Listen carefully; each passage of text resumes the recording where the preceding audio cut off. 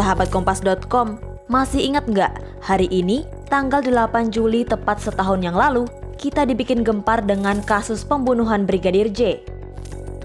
Brigadir J atau Nofriansyah Yosua Huta Barat dibunuh dengan keji oleh atasannya di Divpropam Polri, yakni Ferdy Sambo. Pembunuhan itu terjadi di Kompleks Perumahan Polri Duren 3, Jakarta Selatan, DKI Jakarta. Kasus yang menggemparkan publik ini juga menyeret sejumlah polisi. Usai peristiwa pembunuhan itu terungkap, Ferdy Sambo sempat tak mengakui kalau dia terlibat dalam pembunuhan Brigadir J. Sambo justru mengatakan tewasnya Brigadir J karena dia tertembak oleh Baradae atau Richard Eliezer. Sambo pun mengarang cerita terkait tewasnya Brigadir J. Sambo bilang Brigadir J melecehkan istrinya yakni Putri Chandrawati. Lalu kasus itu diumumkan secara resmi kepada publik pada 12 Juli 2022 oleh Polres Metro Jakarta Selatan.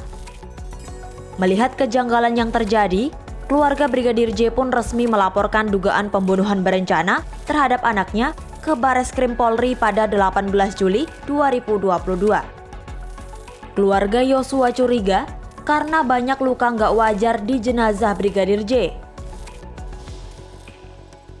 Kapolri Jenderal Listio Sigit Prabowo akhirnya menonaktifkan jabatan Sambo dan jajarannya yang diduga terlibat dalam kasus tersebut. Selanjutnya, cerita karangan Sambo membuat Baradae ditetapkan sebagai tersangka pada 3 Agustus 2022. Bahkan, 25 anggota polisi juga turut diperiksa karena ada indikasi ketidakprofesionalan dalam menangani kasus Brigadir J. Sementara, Sambo mulai ditahan pada 6 Agustus 2022 di markas Korps Brimops, Kelapa II, Depok.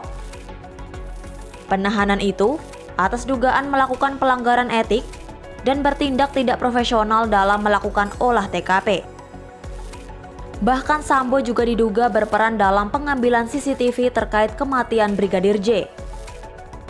Kemudian, setelah polisi mendalami kasus tewasnya Brigadir J, Kapolri pun menyatakan bahwa Yosua ditembak dengan sengaja.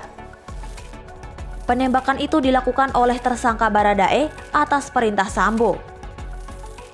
Selain itu, Kapolri juga menambahkan 2 tersangka lain yang terlibat dalam kasus tersebut. Tersangka itu yakni Bribka RR atau Ricky Rizal dan Kuat Ma'ruf. Kasus ini juga turut menyeret istri Sambo yakni Putri Chandrawati. Putri ditetapkan sebagai tersangka pada 19 Agustus 2022. Penyelidikan terus berjalan, anggota polisi yang ikut diperiksa pun terus bertambah menjadi 83 orang. Atas peristiwa ini, Sambo pun diberhentikan dengan tidak hormat dari institusi Polri melalui sidang kode etik pada 26 Agustus 2022. Kemudian setelah menjalani berbagai rangkaian sidang selama beberapa waktu, Ferdy Sambo dijatuhi hukuman mati oleh hakim. Sementara Putri Chandrawati harus mendekam di penjara selama 20 tahun. Kuat Ma'ruf dijatuhi hukuman 15 tahun, Ricky Rizal 13 tahun, dan Richard Eliezer 1 tahun 6 bulan.